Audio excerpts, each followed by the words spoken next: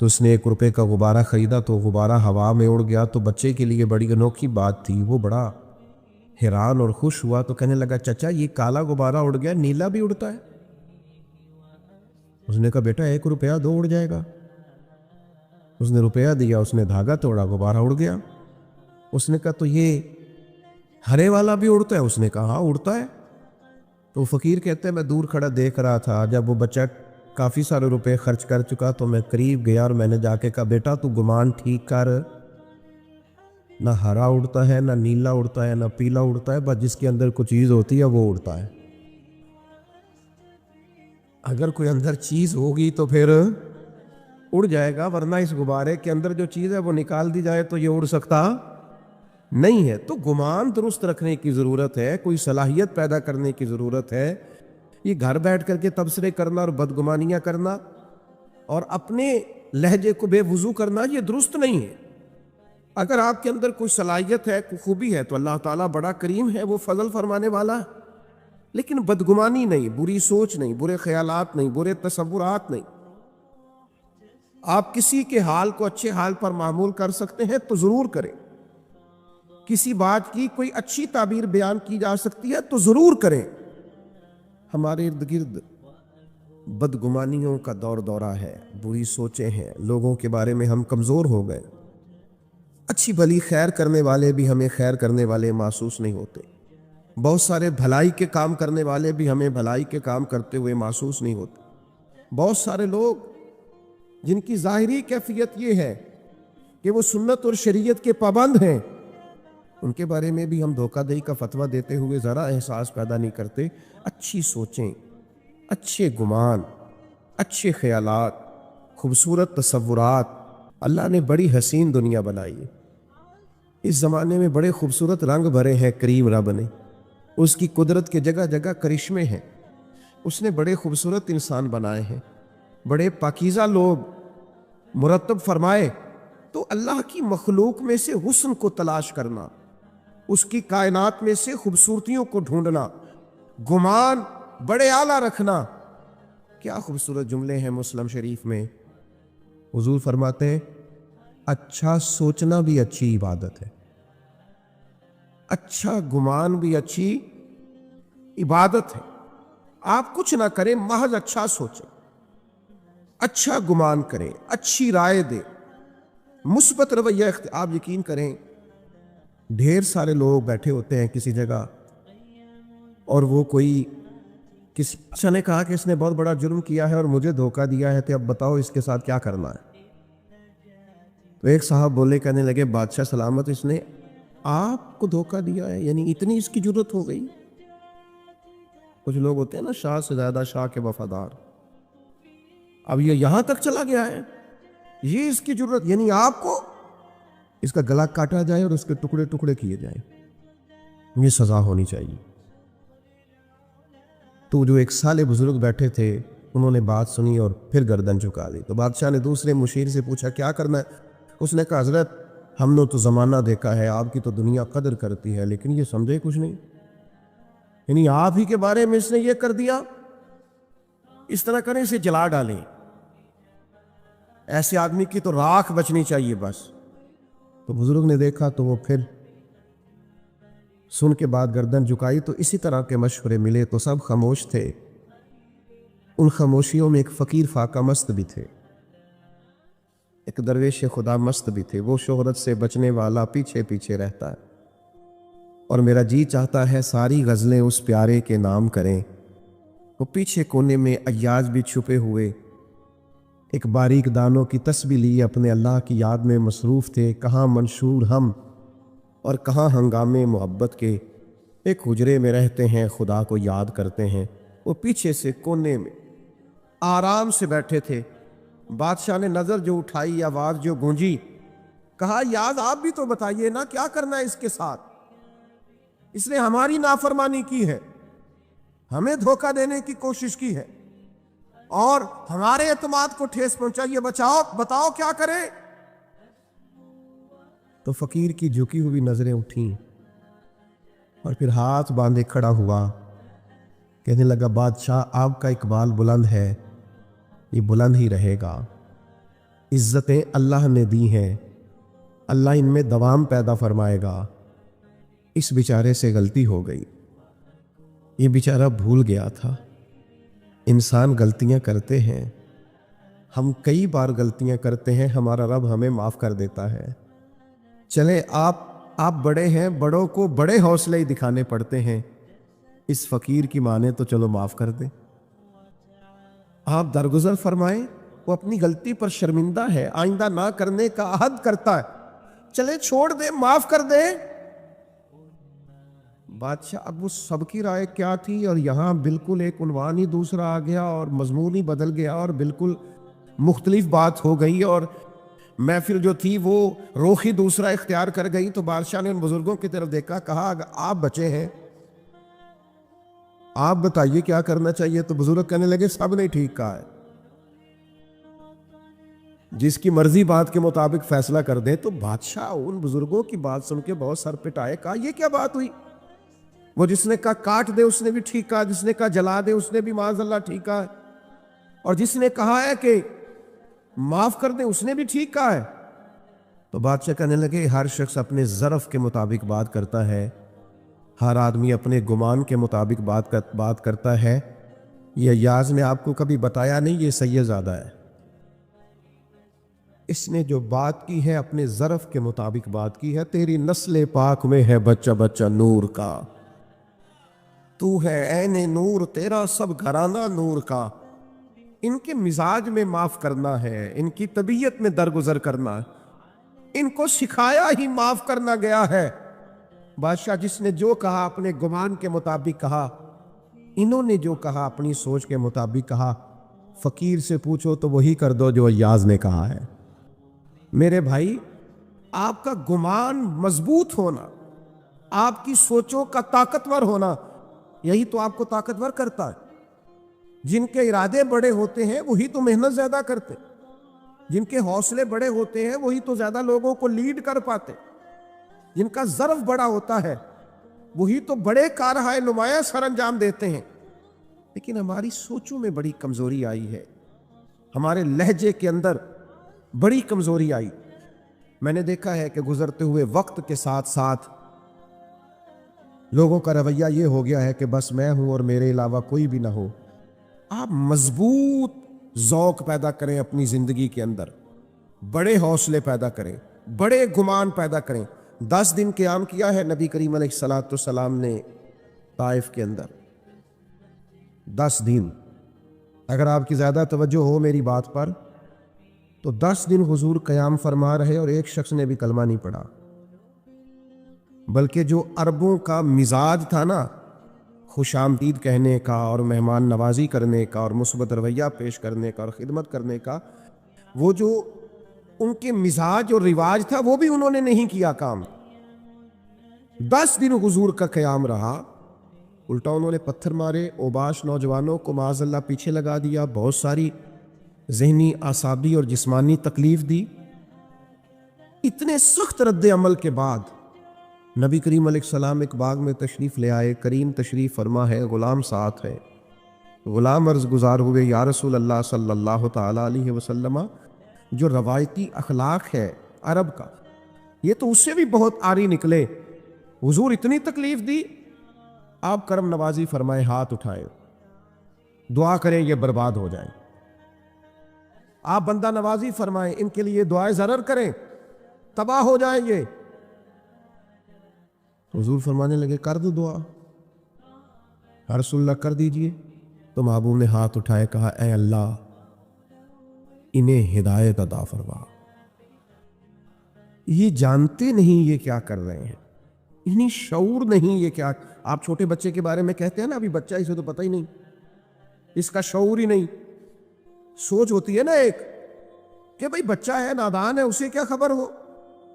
تو کریم اللہ کے حضور عرض کرتے مالک انہیں شعور ہی نہیں ہے، انہیں پتہ ہی نہیں ہے یہ کیا کر رہے، تو انہیں ہدایت کا نور عطا فرما، تو ان کے حق میں فضل والا فیصلہ فرما۔ جب دعا ختم ہو گئی تو غلام عرض گزار ہوئے، یا رسول اللہ صلی اللہ تعالی علیہ وسلم، ایک شخص نے بھی کلمہ نہیں پڑھا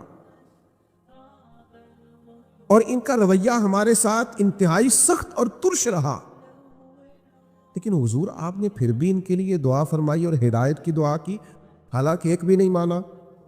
تو یہ سوچ ہے نا، یہ گمان ہے نا، یہ رائے ہے نا، یہ وہ رائے ہے جو ہماری سوچوں کو پاکیزگی دیتی ہے اور حجاز کی پاکیزگی دیتی ہے.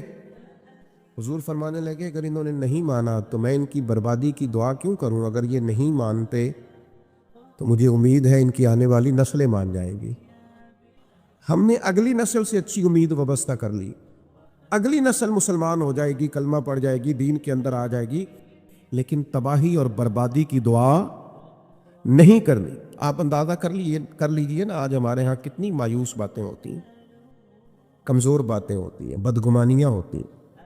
لوگوں کا خیال ہوتا ہے، وہ بعض دوست تو ایسی خبریں دیتے ہیں کہ ان کے پاس آپ 10 منٹ بیٹھے تو محسوس ہوتا ہے کہ آخری دن چل رہا ہے دنیا کا، وہ کل کچھ ہونے والا ہے.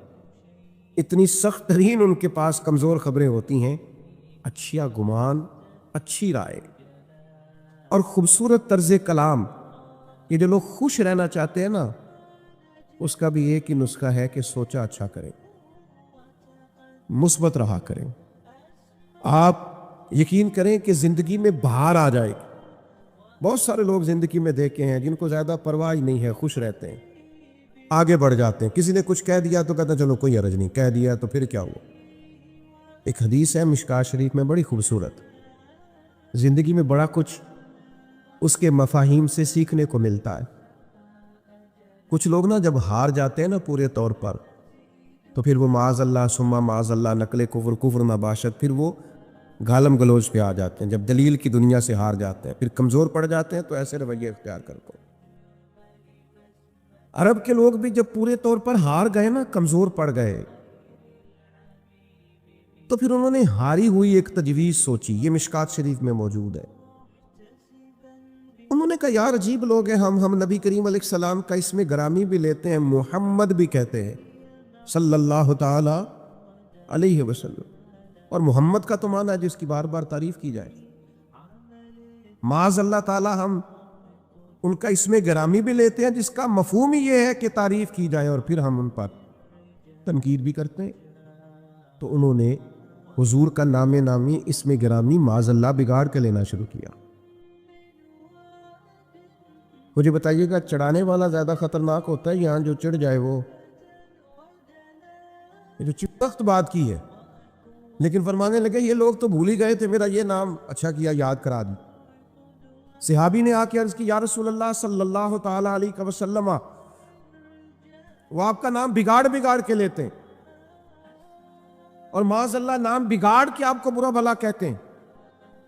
تو محبوب نے کیا جواب دیا؟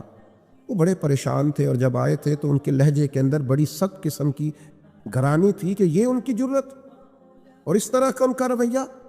بڑی تکلیف میں تھے، پریشانی میں تھے، مایوس تھے، اور ان کے لیے سخت رائے رکھتے تھے. حضور نے کیا فرمایا؟ فرمایا یشتمیون مزمما ویلعنون مزمما وانا محمد صلی اللہ تعالی علیہ وسلم. فرمایا وہ کسی مزمم کو برا بھلا کہتے ہوں گے، کسی مزمم کو گالی دیتے ہوں گے، مجھے تو اللہ نے محمد بنا کے بھیجا ہے، میں تو محمد ہوں. پتہ نہیں کس کی بات کر رہے ہیں. جب آپ اس سوچ کے مطابق چلیں گے تو زندگی بڑی خوبصورت گزرے گی. جب آپ کا خیال ہوگا نا پتہ نہیں وہ کس کی بات کر رہا تھا، نہ جانے وہ کس کے بارے میں یہ تبصرہ کر رہا تھا، آپ خوش ہو جائیں گے. لیکن ہم کیا کرتے ہیں؟